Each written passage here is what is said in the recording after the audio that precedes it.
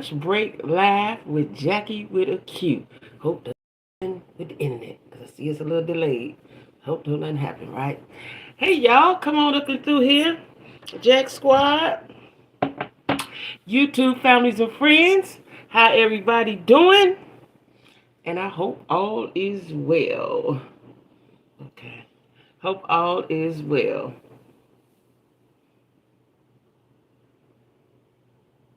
All right, got it together. Got it together, y'all. Got it together successfully. Hey, y'all. Hey, come on up in here. This is my hour. This is my lunch break live, right? Where we today, and most days, we're going to be discussing narcissism. And today, we're talking about love bombing and the signs. And what's the difference between love bombing and genuine love. So come on up in here, y'all. It's today. Today is Monday, right? Yeah. Okay. Hey, one person. Say hey, one person. It's always the one person. Don't disappear because I said hi. Just say hey, right? I don't know where the Jack Squad is, but they got to come on up in here because I got a lot to talk about, and I'm excited to talk about it, right? I'm excited to talk about it. I'm eventually going to talk about this on TikTok. I just don't have the time right now because social media takes a lot of time, y'all. When you got to work a job and you're doing other things such as myself, like finishing up my book, work a job, YouTube, just ain't got too much time for nothing else, right? Just ain't got too much time for nothing else, you know? Now, I'm gonna give it a few more minutes before I get started. A few more minutes. One person give me a like. Can one person give me a like? I don't know where my people at today. Where is they at? Come on in the room. I'm starting acting silly. Come on. Come on. I had a mishap. I hope that ain't had nothing to do with it. I had to start over. My remote just do funny things. You know, I turn it on sometimes to turn the live off, delete it, and all that stuff, right? So, I had to start over. I had to reschedule it, I should say. Not start over, but reschedule it, right? Hey, two people, all right. With two or more. How they say it, the church folk, with two or more agree we can have church. I don't know, something like that, right? Who in here? Say hey. So I can talk about love bombing, y'all, because I'm so excited about this topic because it's been on my mind for about 2 years, right? And I wanted to talk about it, but not really. But I needed to talk about it for myself. And then I didn't want to talk about it because I had to tell my truth, right? But I am going to tell my truth. I am going to tell my truth. I am no longer afraid to let y'all know who I really am and what I really was. Okay? Come on up in here. While we waiting, so love bombing, I'm going to tell you the definition of love bombing.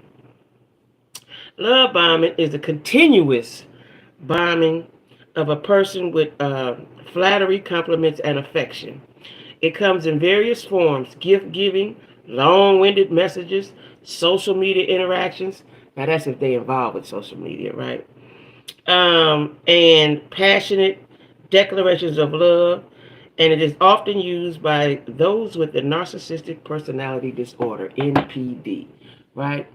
That's where who uses the love bombing the most. Now, you say to yourself, love bombing. So somebody's doing nice things for you. They taking you places. They giving you money. They might be paying bills. It might depend on their financial level. They buy you a car, house, do all kinds of stuff, right? And so you would think as a woman, he likes me. He's showing affection. He's showing how much he liked me and how much he want me, right? That's what you think as a woman. That's what you think. Why would you think something else? Why would you think somebody spending all their money and time and telling all them lies to have you, right? But it's because they see something in you. Now I wrote something down. Oh, I didn't. Did I send it to my phone? It's because they see something in you, right? And a lot of times, where is my note? Here it is. A lot of times, hey Queen Supreme, hey Queen, how are you? I thought that y'all had left me in here hanging by myself, so I just started talking, right? Now for everybody in here, let me tell y'all something. Don't forget to make it happen for yourself. Do not forget. And if you're new here, welcome. Don't forget to like, share, and comment, and subscribe, most importantly, right? That's what you got to do. So anyway, and you would think, like, why are they doing this to me? They like me. They really like me, right? Or uh, what I found in my situation was he really just wanted to use me for a token. Just to, when he went around his friends and family, then I guess that made him feel good or something, right? That's what that was for. Thank you. I am. I'm preparing myself. Let me tell you something, Queen, what I'm doing. I am, and I've been doing it. People talk about manifesting now, but manifesting is something I've been doing all my life. I just didn't know what it was called, right? Because I'm a dreamer. I dream about and I think about, I plan on what I want to do, where I want to go, right? I am so enthralled in Africa and the whole continent of Africa, right? And it's so big. Like, I never knew that it was 54 countries, right? Jesus Christ, I thought Africa was just Africa, like, just one place, right? But I am very much so. So right now, let me tell you what I do. I watch African videos and shorts and read up on them. So I am manifesting. Now I'm going to get me some more scars because I like this little style right here, right? So when I don't want to feel like putting on no wig or doing nothing, this going to be my little thing sometime, right? I am an African queen, just like you, right? So anyway, a lot of times they want to use you as a token, a photo op, or arm candy. I'm intrigued. That's the word. Intrigued. That is the word. That is the word. I am too, child. I am. So much. And it's like, the more I watch them, I watched the other day, I might have been on TikTok, I'm not sure. Because a lot of times when I'm on IG, it leads me to TikTok because I'm so interested in who these people are and what they're doing. It was a prom. It was an African prom. I don't know what country it was in. And our proms here in the States, it can go way over the top with black folks, right? And like little girls look like grown women and all that stuff, or sex objects. But these women these young ladies were beautiful. Their skin was so dark, and they didn't have on a lot of makeup and stuff, right? And their dresses weren't really over the top. They were pretty and they were feminine. They were long, they were formal, but they just wasn't that over the top, titty out, booty out, waist out, everything out, right? But it was still sexy. And the men, oh my God, the young men were gorgeous, right? Now, I don't know if you use gorgeous with a man, but the young men were handsome and black, and the skin. I was just enamored at how beautiful their skin was. Like, I always wished I were darker. Now, people, probably still today at home, all my life, they just call me Black Jackie. I was Black Jackie, right? Because there's so many other Jackies. You identified me as the Black Jackie, right? Now, growing up, I thought it was kind of offensive to me, right? But I embraced it, and that's who I am, Black Jackie, right? Because I am dark. But I'm really not that dark on the big scale of things, right? I wish I was darker. I always wished I was darker. Sister Squad, yeah, we could do that. Girl, who you telling? Because the more I look at them, the more I want one. Like, and we can just talk, us girls, the more I look at African men, the more I want one. Like, it seems like, and this is no disrespect to American black men, but it seems like they are the epitome of a black man. It seems like. I could be wrong, I don't know, but that's just what it seems like. And I have a girlfriend at work, a good girlfriend at work, and she's from Nairobi, right? Is she from Nairobi? Yeah, she's from Nairobi, I think. And her husband is from, I guess, somewhere there too, right? And hey, Nick. And we have discussions. We have discussions about men and relationships, and and so on and so forth. And she was telling me, a lot of times because I've met an African man when I was in Atlanta. I was so excited to meet an African man because he was well dressed, he had his own business, but he was Americanized. Once they get Americanized, it's over with. Nick, I didn't know where you was, Nick. I can't function with you in here, Nick. But anyway, so back to, I got distracted, Queen. We all the way over in Africa. Um, it's a mukbanger that moved to Africa and married her king. She what? Really? Really? Listen, I'm telling you, that's like my thing. That's like a thing, right? I really I want to go over there. If I had money, even though it doesn't cost a lot to live over there, you have to have a lot of not a lot, but you have to have money to be over there for the incidentals and stuff, right? You can't call Tuki Tuki and say, "Come on around the corner and fix this, and do that," right? Eat with Q, her Eat with Q. I'm gonna check her out because I'm like fascinated by that. Thank you, Nick Nick. Nick Nick says she got nothing but love for me. Nick like a little sister to me. Ain't that something? Uh, she's a big YouTube. Okay, I got to eat with Q. I'm gonna have to check her out. I'm gonna have to check her out. And then we got Jackie with a Q, right? Okay, okay. So back to the love bombing, right? So I've always wondered, right? Cause somebody doing nice things for you. How do you determine? How do you determine if it's love bombing? Because all my life I thought if somebody showered you with gifts, they want you, right? But love bombing is, I read something. Let me see if I can find it. Love bombing is used, love bombing versus genuine love. Love bombing is used to woo a person to control them or encourage them to stay in a relationship. And that's most definitely what it did to me, child. I was there 10 years and wasn't even happy. Ain't that something? Not with him. Love bombing creates an idealized version of the love bomber. So I'm going to tell you how you know. So what the love bomber does is it's a cloud, it's a mask, it's to keep you, it's a distraction, in my opinion. It is a distraction. Because when I got single and sat back and thought, how did this happen to me, right? It's a distraction because they start right out the gate doing all the wonderful things you need them to do. All of them. And mostly without asking. But if they talk, if you talk, because they're listening. You think you're in a conversation, but they're listening. They're not going to tell you too much about them. They're listening to you so they can form and shape themselves into what you need them to be, right? So they're going to do all these things, and they don't even really want to, child. Not for real. They're doing them to control you and to stay in a relationship so you will stay in their relationship. Because you in their relationship. They ain't in yours. All right? So, however, when their true colors shine through, the victim will strive to return to that idealized nature of the relationship. Because that's what I did. Even after it was over, like, I would be sad, not because it was over, but because of what could have been. So I'm idealizing of what it could have been because it was so wonderful, or so I thought, or so it felt, right? It was so wonderful. How could he destroy this? He had no intentions. He had no intentions of making it last. That wasn't his intentions. I'm sure I've had a couple of narcissists when I think, yeah, because it's really prevalent in the black community, right? And it's because, and I'm going to talk about this later on this week,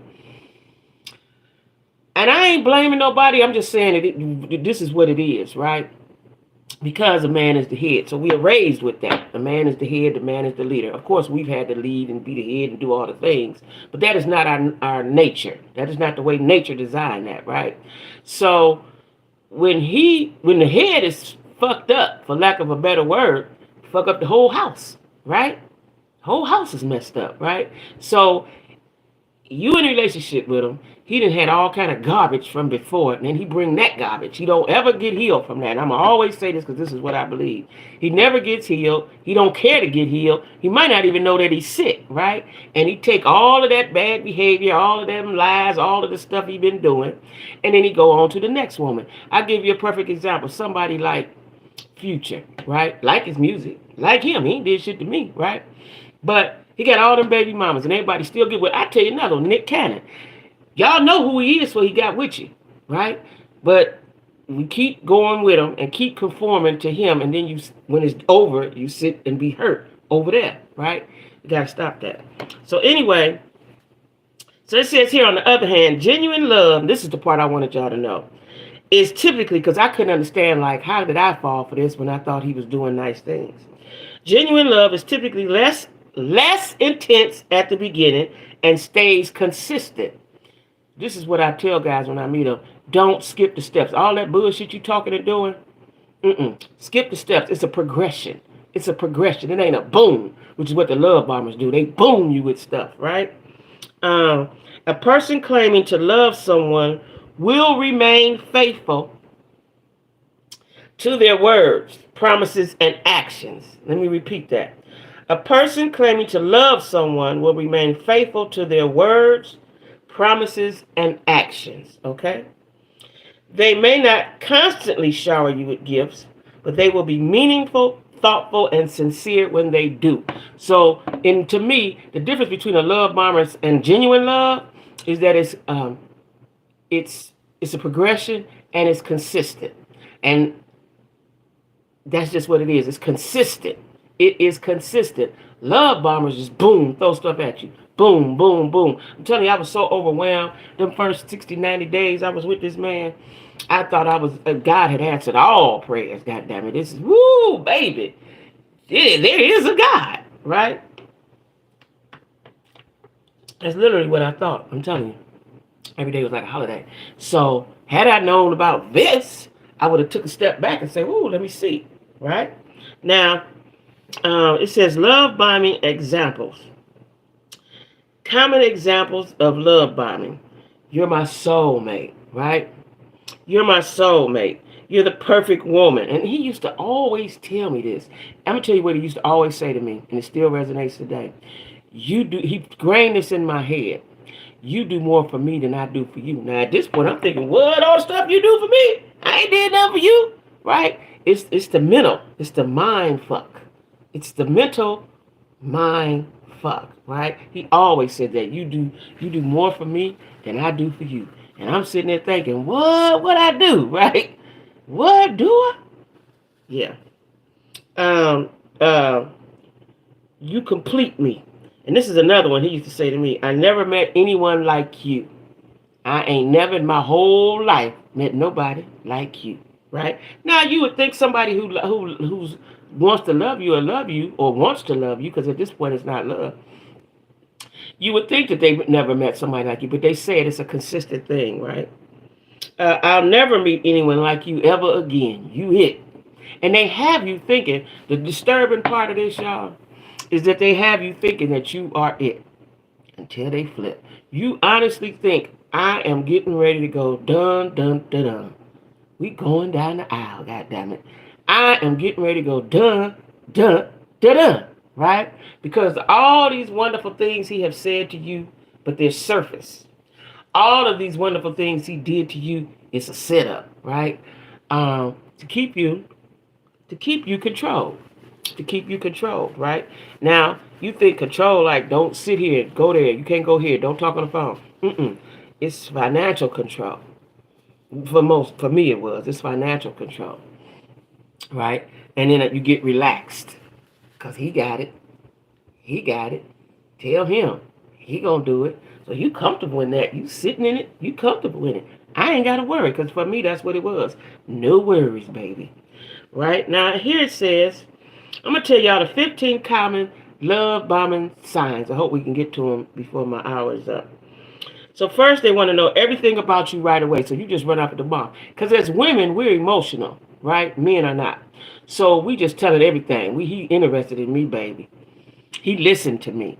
What I have found out since I've been hey Kay, what I have found out since being single is they all pretend to be listening. If you find yourself doing all the talking like me, I talk a lot. I run my motherfucking mouth, right? Because that's what I do. But if you find that they're doing all of the talk, you're doing all of the talking, and they're just listening, and you think, oh, he's such a good listener. Oh, he's paying me some attention. He's getting ready to morph into what you want. He's taking all that and putting it in his memory banks. See, because narcissists are manipulative, right? In order to manipulate you, they got to know what they're working with, right? So they're going to listen to everything you got to say. Everything. Because I used to be amazed.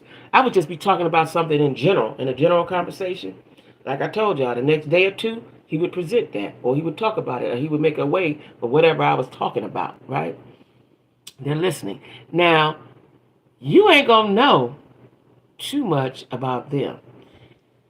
even if you ask. But they're going to. So, in my case, the deep conversations I have with men now when I meet them, I did not have with my ex. Why? Because he overwhelmed me. He love bombed me, right? So that keeps you from wondering and guessing and talking and asking questions. I ain't do all that. I hate to say it, but I did not. I did not. All I knew was he liked me, I like him, and we gonna kick it. That's all I know. And he doing this for me and my son and whoever is around me, grandson, whoever around, right? So we didn't have those heart to heart. And down the line, when he started shifting and changing and morphing into who he really was, and I would want to have these meaningful conversations, I told y'all he couldn't do it because he couldn't. And I didn't understand. I could not understand this for to save my life. Why this grown man can't have a real conversation? They can't. He couldn't anyway, right? So they want to know everything about you right away. And you think, ooh, baby, right? I never forget my ex told me, and he told me more than once in the first 90, 60, 90, 30 days. He would say, call me now. And he would say it in such a tone like he was genuinely concerned about me, right? Call me now. I got to know where you at all times. Now I'm thinking, he liked me. No. He was just needing to know where I was to manipulate and control, right? And so I would call him, hey, I'm doing this, I'm doing not thinking nothing about it, right? Y'all know me, y'all see me, I'm a strong black woman, right? I ain't thinking he trying to control me, right? It sound like my friend I met after my divorce. Yeah. And it is deep. And so he would always say, call me. Call me now. I remember it like it was yesterday. Call me now. I need to know where you're at. And he said it like your man said it, right? But now, mind you, this might have been the first week or two of us together. We went, first week of us talking or whatever we was doing, right? So you thinking, he liked me. He concerned about me. He concerned about me, right? It says, love bombers are fascinated by you. Your life seemingly mesmerizes them. But sharing so many details about yourself quickly may seem unnerving, right? Love bombers are incredibly interested in their partners. However, they often use sensitive information as a means of exploitation and manipulation later in the relationship. In other words, they may take what you say to control you, harm you, or damage your reputation. Now he didn't try to damage my reputation and nothing like that, right? But the fact that I was an orphan, and I found, because I never really did it with men, but I did do it with him and maybe a couple of others. But I find that people, after you tell them all this deep shit about yourself, then they'll use it against you. See, that's because you didn't have no mama, or that's because you ain't had no daddy, or you don't know when somebody loves you. Shit like that, right? It's like that, right? Number two, sign of a love bombing, a sign is dumping their personal details too quickly. Now, mine did not do that. He did not do that at all. He was a seasoned narcissist. He didn't do that. He did not do that. It says a person who loves bombs may share private information very quickly to establish empathy and closeness. And that's that trauma bond shit, right? He didn't do that. If he did, I don't remember it. He didn't do that. I knew very little. Well, I take that back. The childhood he didn't talk about. Young adulthood he did. Childhood he did not talk about. That is why I know that there's something traumatized in there, because the childhood he didn't really talk about too much. And then when I would speak with his sisters or something, and occasionally they would say, well, he just like my daddy. You know what I'm saying? Whatever that meant, right? They want you to think that you're unique and privy to their secret world, right? And I have to tell y'all, I told y'all before, when the first date was, maybe even the second date we went on, we went to that play and seen some people, and he told me he don't take women around his family. And I found out that was true. At his big age, he was in his 50s, he had never brought nobody around his family, ever, right? Until me, right? So now that I'm introduced to the family, once I get introduced, I'm in the secret world. I'm in the world. You think you arrived. If a man introduced you to his family, all of the members, everybody, you can see the good and the bad of them. You think you it, right? Um, they wanted to seem that you two are more connected than you really are. All right, number 3 way to tell if it's genuine love or love bombing, they want constant validation. They want constant validation. Constant validation, right? You feel like you're always reassuring a love bomber. No matter how much you compliment them, it is never enough. They keep coming back for more, and you may experience relationship burnout, right? Which I never did because I did not for a few years, right? Because I was just so enamored that I didn't have to worry about nothing, and I had somebody finally to have my back all to myself. My weekend was honestly did not know this was a thing. It is so subtle and make you feel like yeah, it is. It is very much a thing. So as women, we're taught to be. I don't want to use the word secondary, but we're taught to be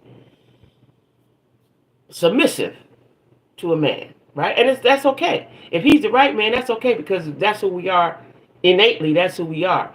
But it has to be the right man. But innately, we are most women are submissive, right? Most women are submissive. We want to be submissive. We want somebody to come and put their arms around us and say, "Baby, I got it," right? And if they do, then we're automatically, naturally submissive. That's our nature, right? So for all these Negroes and all these men talking about women is like men and they so masculine, we don't want to be. That ain't our nature. We're feminine. Y'all done made us masculine. Any masculinity that you see in us, y'all gave it to us. This constant reassurance of their worth and greatness, because that's the word. My ex he was very grandiose. Very grandiose. He had grandiose thoughts.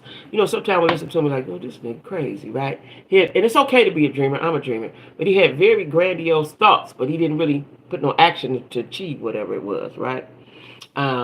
It is very eye-opening. I'm telling you, I have been, once I got a bit made aware of narcissism and started reading it during the pandemic. I read all kind of stuff about it, right? And there's some people on TikTok, men and women. And this one woman, I know she hurt by one. She probably gonna never have a man again. But when they're talking, and then I said, shit. And then when I looked it up and looked up the science of it, I was like, shit, that's what this nigga was.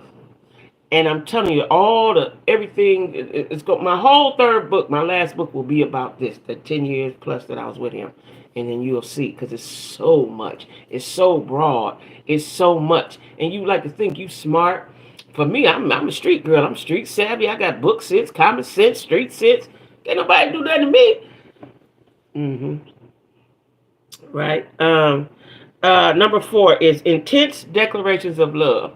Now, declarations of love. He never said, and if he did, he didn't mean it. No, he didn't say it sincerely. See, this is the trick. I don't believe he ever said, I love you.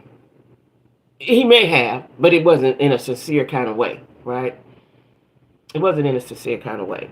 I remember what used to hurt. I'm telling you, I realized all the childhood trauma and all the things I had dealing with him. I learned who I was and how damaged I was from my childhood through him. Hence, the abandonment issue. Because whenever he would say or show me that he didn't want me, it would hurt something in my body. And I can't explain to y'all what it was. I can't explain how it felt. Hey, I couldn't go to the doctor and say, hey, I need some medicine for this. But it was an awful, awful, awful gut-wrenching feeling from down in my soul, right? And I realized that I don't like to be left.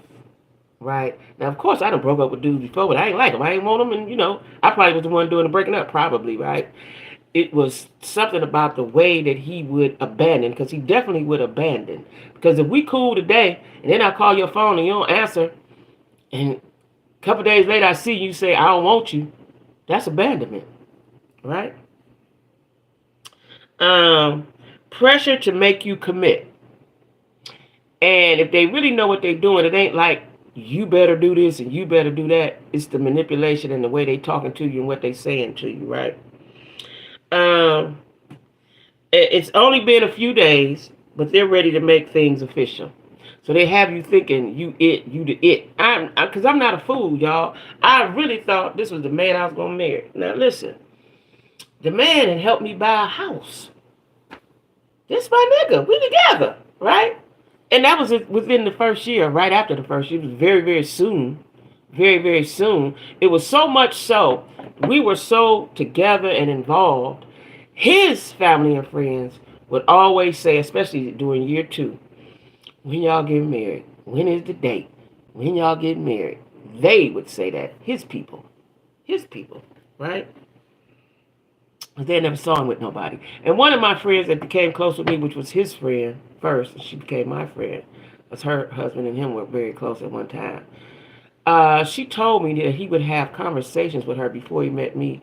Of he wanted a woman, he wanted somebody, he was lonely, and then she was probably one of the only ones that was privy of seeing the mistreatment, right?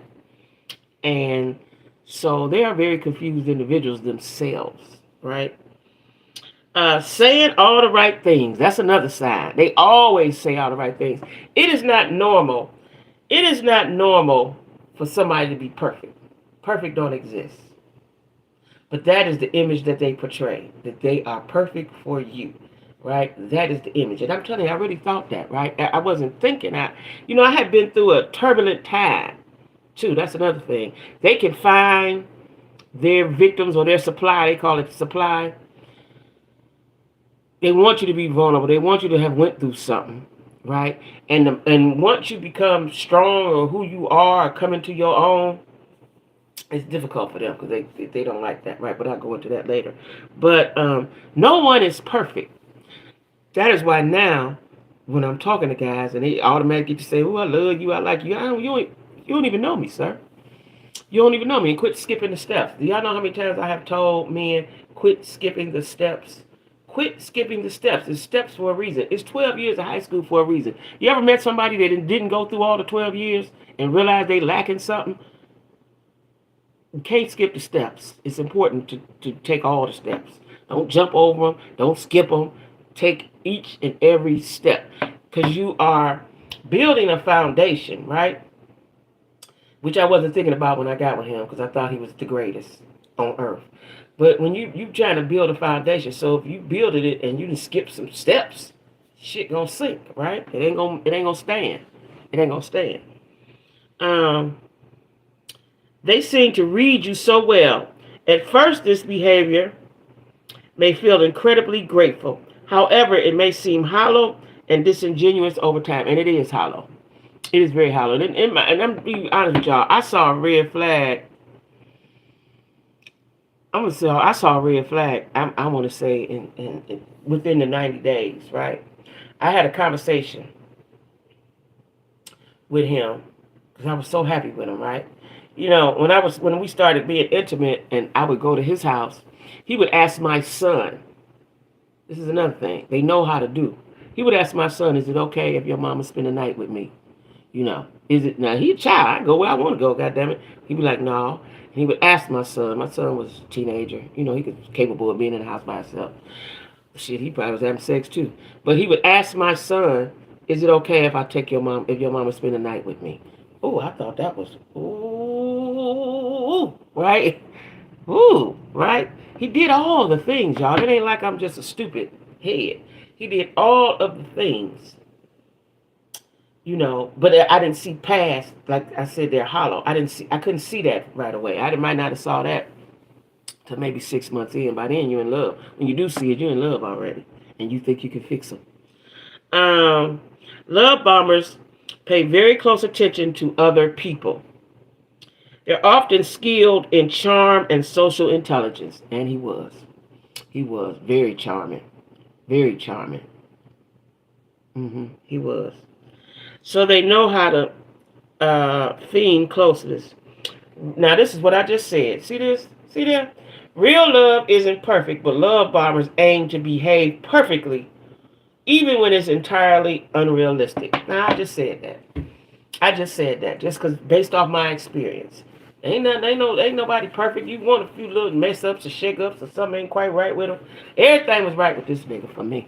Everything. You hear me? Everything. He was perfect. And ain't nobody gonna get him.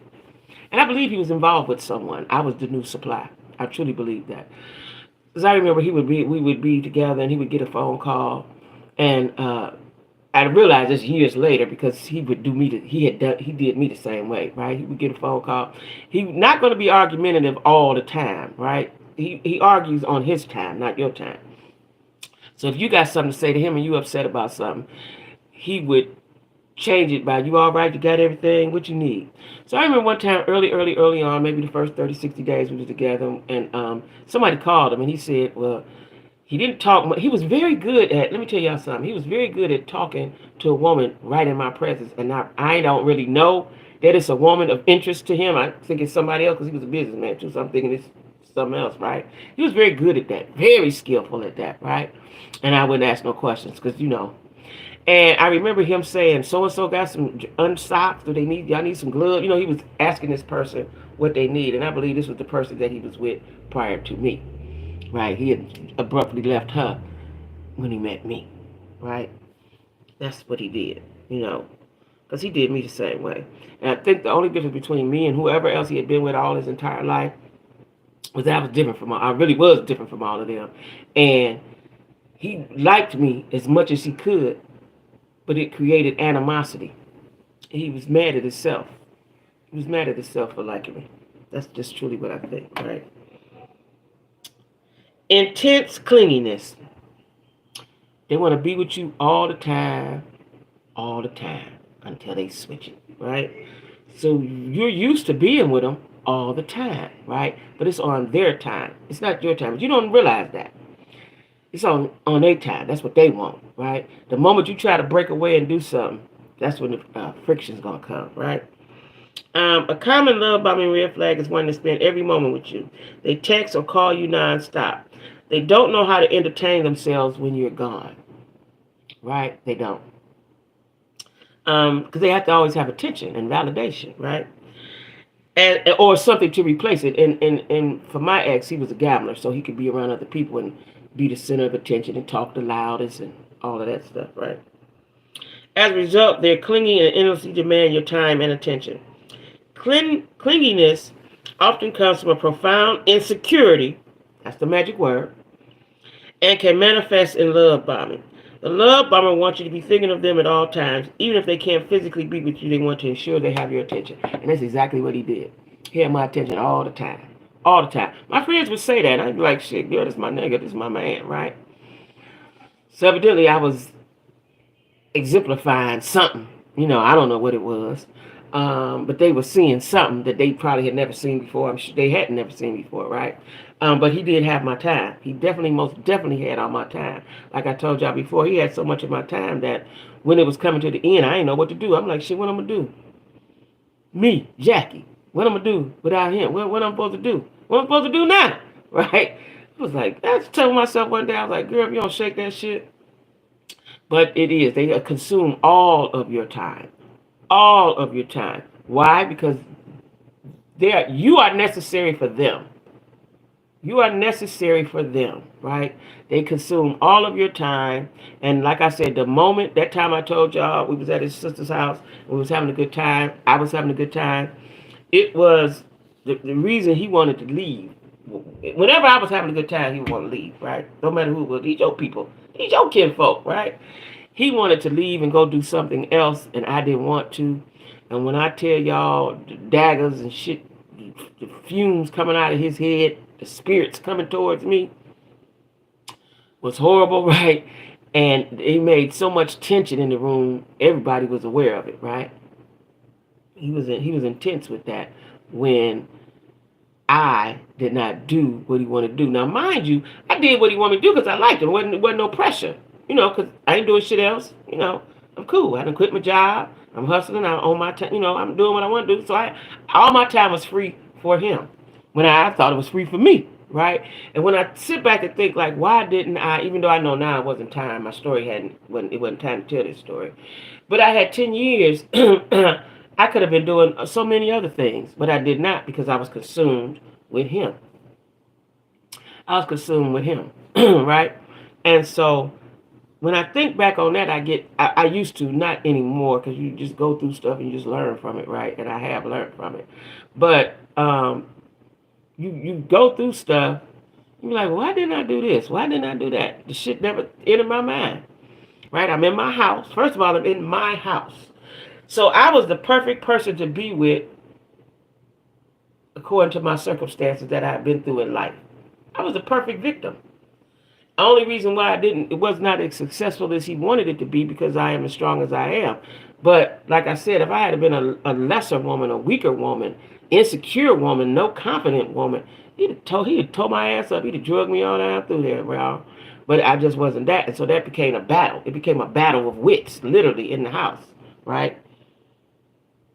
Yeah, you are for him. I was, and they say this in the narcissist readings studies. I was the trophy. I'm gonna go around for everybody to see who you with. When he really didn't even like women like me. He liked gutter rats, right? He didn't really like nobody like me.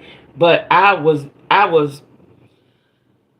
making him okay in his arena of friends, in his group of friends. I was legitimizing him in his group of friends, because I'm sure if his family ain't never seen it with, nobody's friends hadn't either. And I remember one of his best friends told me when I first got with him. This is another thing. People was praised him so, but they didn't know the real him. And his friend told me, looked me in my face and said, "He is a good guy," which he is. And he's gonna do everything he said he's gonna do for you and to you. His friend told me that, put me to the side, told me all this, reassured me that this guy was the guy, right? And that couple was a couple that we was around a lot when we first started dating, right? But as a matter of fact, he was the godfather to this man's daughter. You know what I'm saying? They were close at one time. So, when the friends come to you, the family like you like, shit, I done arrived, right? This is what I've been saying. Thank you, God. You know what I'm saying? Because they're very, you don't know, everybody knows them surfacely. Nobody gets to know them internally. Nobody. Yes, you had too much gusto for him. He would put you would put him in his, yeah, and I did several times. I'm telling you, it became a battle. It was like a battle, y'all. It's like a battle, right?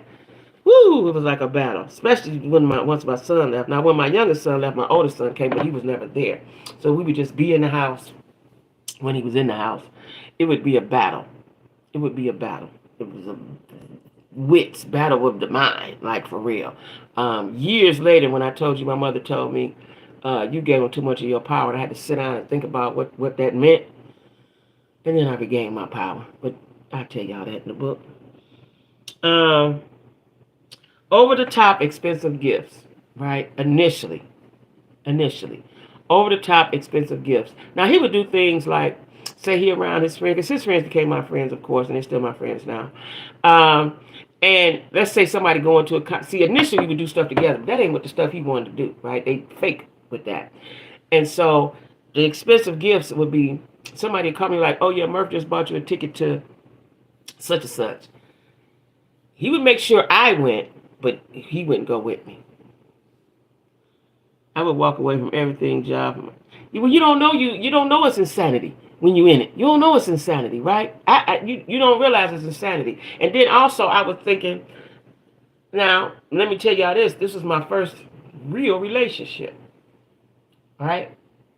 This is my first real relationship, even though I got 3 kids by 3 different men, 3 different times in my life. Well, I take that back. It was my first real relationship. That's a lie. But this was my longest relationship. And at this point in my life, I was determined to make it, to just going to be my man, make it work. So I figured, people go through ups and downs. I was thinking like that, like, it's going to be all right. And he's so great. How could he be so wrong? He's so wonderful, right? So, I'm thinking this is what you got to do, because I had never, not that it wasn't my first relationship, it was my first long-term relationship. I had been with somebody off and on, my first person that I was going to marry when I was in my 20s. But that was off and that was off and on because he got on drugs, right? So, I don't really count that. You know what I'm saying? Hey, she said, he said, that's my girl. Yeah, I don't really count that, even though that was a significant part of my life as well. And he's gonna be in the book. He's gonna be in the first book and the second book. But this was I was determined at this point. I had changed my life around. I was determined that this relationship is gonna work because he had showed me so much. So I'm like, this is gonna work, right? This is gonna work. This is it. You know what I'm saying? So I endured a lot of shit because I was looking at the longevity of it. And after somebody buy your damn house, shit, right? Um, help you rather, and he helped so well, right? That's that was he bought me. I told y'all that he bought me. So the over the top expensive gifts, right? And I didn't tell y'all this part. So I had on a break. We were on a break, which we had several. I had bought a car. I had bought a Cadillac, right? And I had bought this car, and at this point I'm playing. We both mental playing with each other, right? So on this car, because I still wanted him now. I still wanted him, right? The license plates was his name, right? The license plates was his name, my name and his last name, right? And so people automatically thought that he had bought it for me, but he didn't buy it for me, though. But I let people think what they wanted to think. I struggled and got that car, but it blew up his ego. Now I don't know that he a narcissist at this point. And I remember one time he told me, "Shit, that's my car." I'm thinking that ain't your car. He was like, "Got my name on it," So he was real, and I did it out of gameplay because I wanted him to do something for me. I did it out of gameplay. I had was a knife before my, and probably so. This is what I'm saying, right? Now, prior to him, so I don't know if I had one before because I had other problems. Shit, niggas always had habits: gambling habit, drug habit, drunk, the alcohol habit, hoe habit. I kept meeting them type of dudes because I like street dudes, so they always have habits, right? My ex was a street dude, so they always got habits. He had all the habits, right? But he was the narcissist. I don't really think I was with another one. I may have been, but he was definitely one. Because I didn't wasn't with nobody long. I ain't, if you don't work out, go ahead on, right? Um, but I think we all have. That's why I'm talking about it, because I think we all have, and it's a problem that's rampant in the black community. Kind of an info for me to ponder on. I want the real thing. Yeah, yeah, yeah, yeah. And number 9 is, now here go a good one. Immense jealousy when you're with anyone else. Now let me tell you something I didn't know till it was over with. I seen it at a time or two, but I didn't know it till it was over with. My daughter's father, we were friends, right? Because I had known him since childhood. We were friends. And he would stop by the house. Now, he would stop by unannounced, which is, I didn't think nothing of it, but he wasn't supposed to do that. But he would, you know what I'm saying? And, because my kids, my oldest son, even though that wasn't his father, he raised them. They still like father and son today, right? So, it wasn't no big deal, right? To me. But I didn't know, and they both had the same name, same first name, too. I didn't know that my daughter's father did not like him, and he did not like him. I didn't know it till it was over with, right? They hated each other, right? So whenever he would come over, he would run down the steps or wherever part of the house he in and go on the porch. He ain't come to see you. He ain't come to see you, right? And I don't know if he was establishing whatever he thought he was establishing, right? But it was funny to watch. It was really funny to watch, right? Let's see. Some jealousy in relationships is perfectly normal. And not all forms of jealousy are destructive, but persistent, intense jealousy is manipulative. Furthermore, it tends to be toxic in maintaining intimacy and encouraging personal autonomy. Yeah, we was in a very toxic relationship. But I had control of it, right? I had control of it because, I would engage, and then once I realized something was definitely off with him and I didn't know what it was, then I stopped engaging. 10. Overwhelming compliments and attention. We talked about that. 11. Excessively following your whereabouts. That's what I told you. And I'm thinking, shit, he just my man want to know where I'm at. I didn't think no big deal. I didn't think no big deal because I ain't doing nothing no way. I didn't think it was a big deal, but that would be a big deal to him, right? Ignoring your boundaries, which is what he did big time. big time ignored the boundaries, right? They have no boundaries, as a matter of fact. They have no boundaries. Narcissists do what they want to do. Deep down, love bombers don't actually care about you. One way they'll show you this is by blatantly ignoring your boundaries. Blatantly. And he did. And he did. And he did. Your boundaries keep you healthy and safe, but love bombers only care about getting what they want, even if it means hurting you or pushing back on your limits. And they definitely don't care about hurting you. They definitely don't care about hurting you. You know, all this stuff will be in my book about my experience, because it was definitely an experience. It was an experience. That's all I can say. It was an experience, right? I'm working on really getting to know about men and how they carry on. I once read a book called Women is From... Yeah, I never read that book, but I heard about it. I'm going to have to read that. It was eye-opening because I thought we were the same. No. Women is from Venus, men are from Mars. No, we're not the same because, for one, we have emotions and they don't. We're taught to be one way and they're taught to be another way. They're taught to be the opposite of that. We're not the same. We're definitely not the same. We don't even think the same, right? Now that I'm older and I can see it, I see it so clearly now, right? They pride themselves on how many times they can hurt you and you take them back. Yes. Yes. It's an art to them. It's an art. And once they hurt you and you take them back, shit, it's free game then. They're going to hurt you some more and some more and some more and some more. See, I used to be one of them women that thought, if he cheat and how he cheated, no big deal, because he doing this and he doing that. If you cheat, it's over with, as far as I'm concerned. And Venus is the planet of love. Okay, I didn't know that. Once you cheat, it's over, because first of all, there's no loyalty there. You pillow talking with another motherfucker, right? Ain't no loyalty, ain't no respect. Especially if they know. I have people close to me whose exes cheated with somebody right where they work at. Everybody knew but them. That's so disrespectful, right? Because your man is supposed to protect you. Like what's the girl named Simone Biles' husband did? He didn't have no protection of her. That ain't gonna last long. She might endure a bunch of bullshit before she ended though. But your man is supposed to protect you. And I always felt unprotected. Now I can handle myself, but I always felt unprotected. I remember one time I was having a problem with that caddy I'm telling y'all about.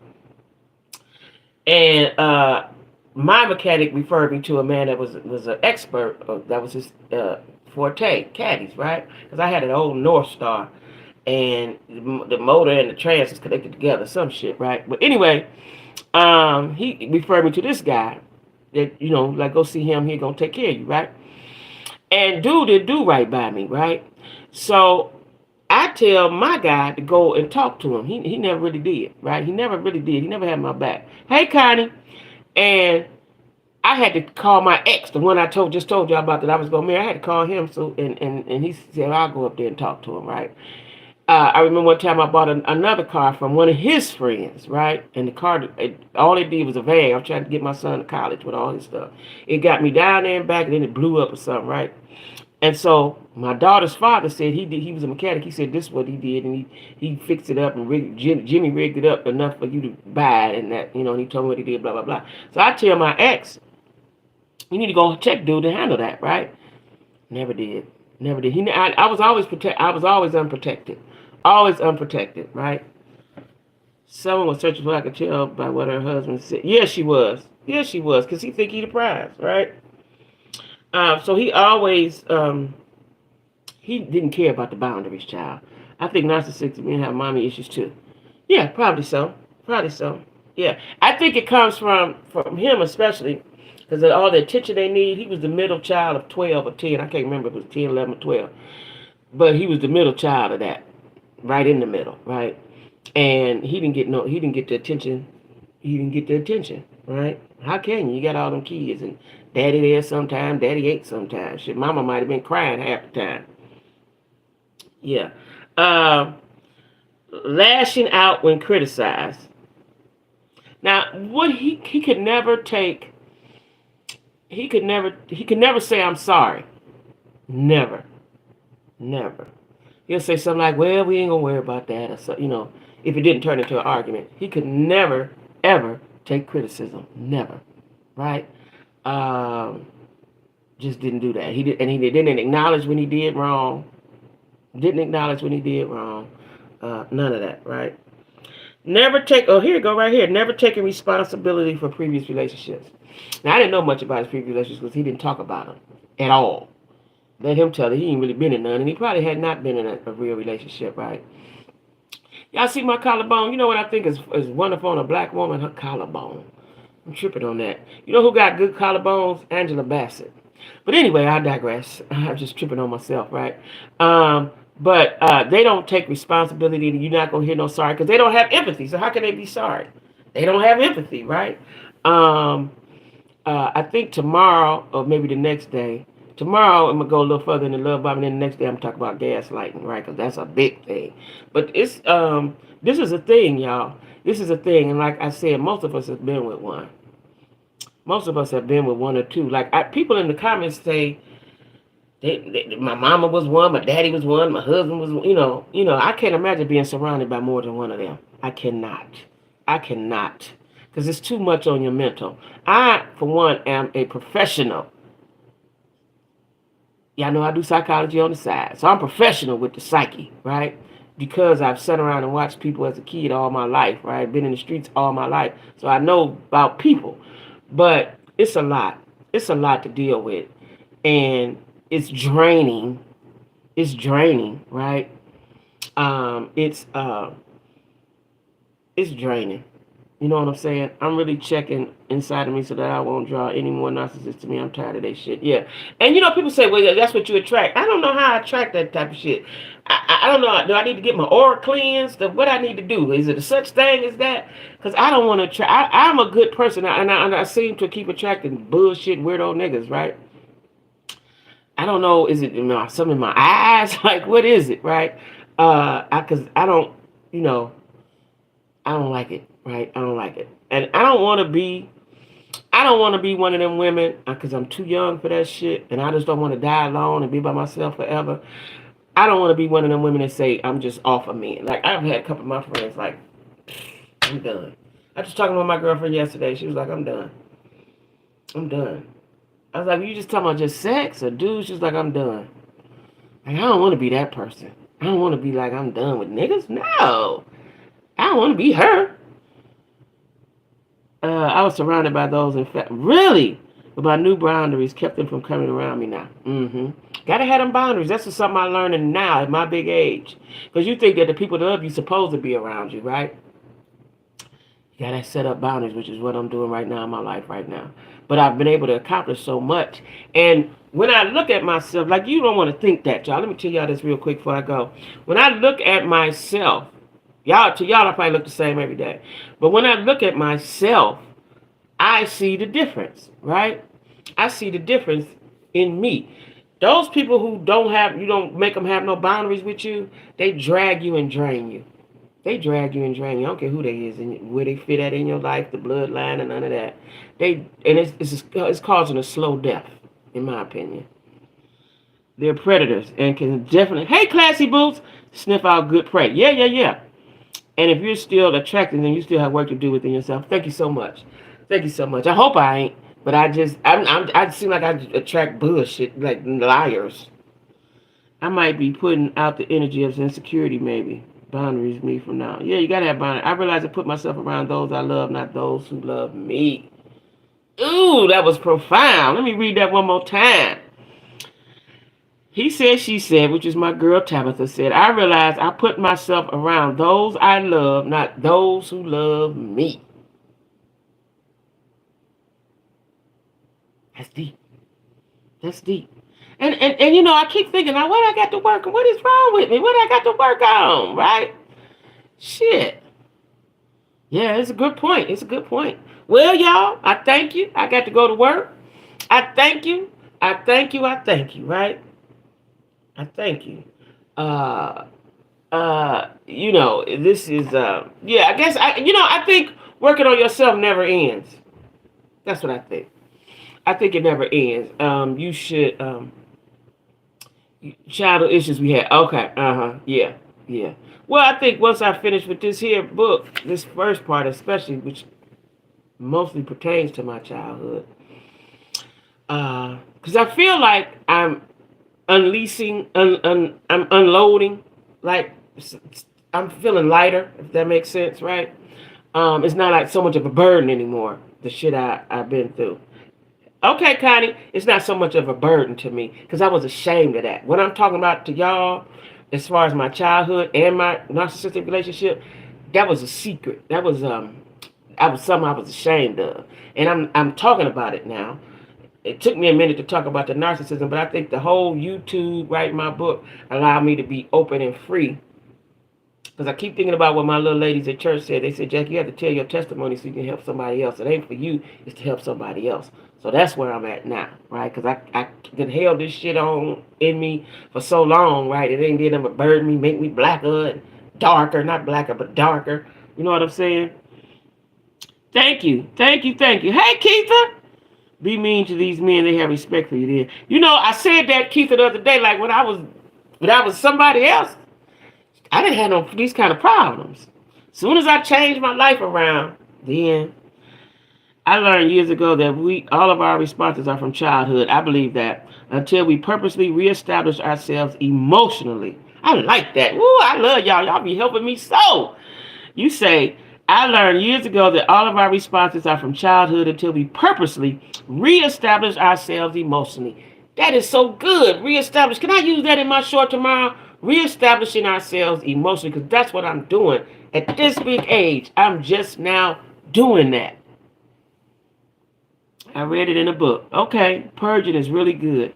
Ooh, y'all made me feel good today. Y'all made me feel good today. Y'all made me feel good today. Ooh. I don't know if I want to cry or smile. Y'all have made me feel good today. I like that. I like that. I like that. Yeah, I like that. I like that. I got to wait a minute. Let me say that one more time. Where it go? Purposely reestablish ourselves emotionally. Let me write that down for y'all go. Purposely reestablishing ourselves emotionally. Hold on. Hold on. Purposely reestablishing ourselves emotionally. I'm going to say that a lot because I need to hear that. Purposely reestablish. Purposely reestablish ourselves emotionally. Is that it? Emotionally, yeah. Damn, that's a good one. That's what I needed to do. And I didn't do that, y'all. I didn't do that till just now when I came here and stayed with my friend. I didn't do that. I didn't have no boundaries with motherfuckers that was close and dear to me. I ain't had no motherfucking boundaries, and they tried to run me over. And you know, people in the streets that know me don't do try that, but the people that's closest to me tried to fuck me up, y'all. Woo! I like that. I'm gonna say that one more time, y'all. Purposely reestablish ourselves emotionally. Emotionally, bam. All right, y'all. Love y'all. That was great. I'm gonna see y'all at 8 tonight. Program, I'm calling program. This is my friend Tabitha. She got a lot of names. He said, she said, tonight if you can. You guys give me such great insight and I don't even know what the other word is. Another big word, right? Y'all give it to me. Y'all give it to me. So, love y'all. See y'all 10 for 10. All right, Nick, everybody. Tonight at 8, if you can, if you will. Don't forget to like, share, comment, and subscribe. All right? Cash at me too if you can. Girlfriend broke. All right, see y'all. Let me see, turn my thing, see if my remote work now. All right. It ain't gonna... It's gonna keep doing this.